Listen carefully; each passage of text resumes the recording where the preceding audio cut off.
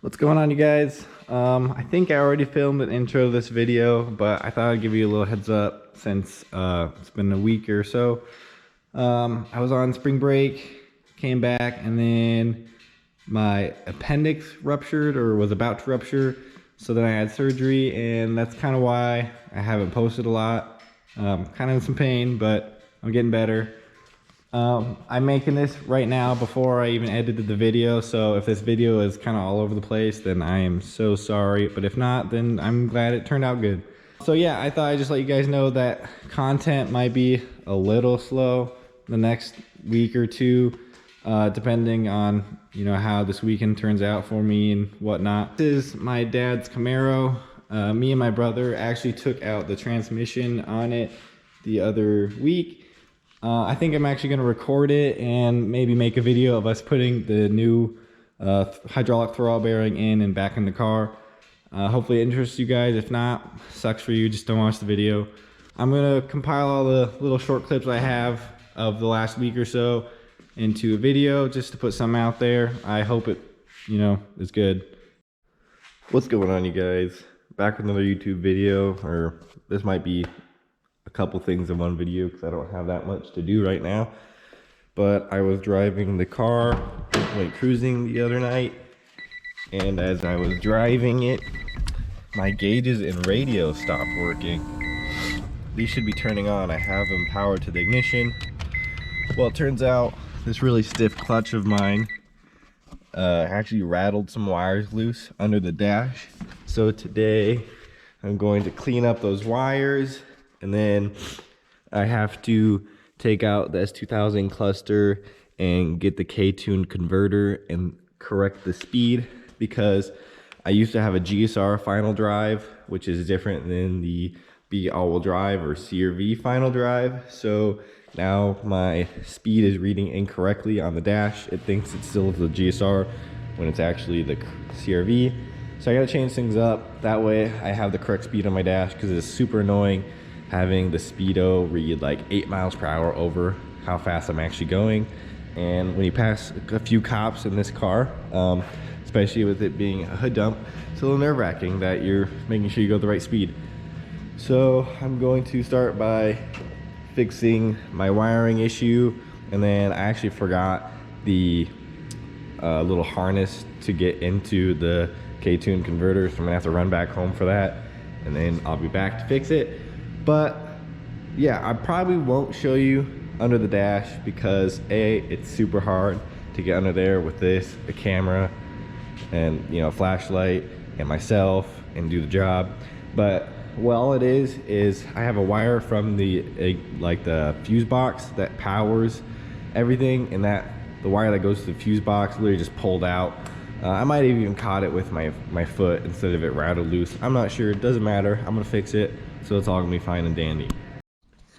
All right, I'm back. I was able to repair a couple wires underneath the dash, and then I had the radio pulled, and the power wire on the back of the plug actually snapped or was cut. I don't know. It worked 3 days ago, and then yesterday it stopped working, but I put a connector back there, so now the gauges work, and so does the radio. Don't know why it took so long to boot up. I feel like it doesn't normally take that long, but whatever, it works. Looks good. Time to go get the thing to fix this. I'm actually going to take the old Civic, so yeah. Once I get back, I'm also going to tighten up the timing belt.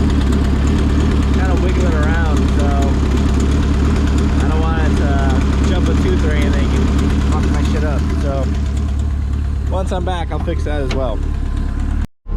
This car actually drives so well. I just can't wait to get a full exhaust on it so I don't have to hear that nasty hood dump. Then this car will be so sleeper. Not sleeper, but like, you know, this is all up in your face, ricey, not good. Gauges still work, radio's working. Hell yeah. Patch acquired at my house. Now go back and fix it up. Thing starts like a charm.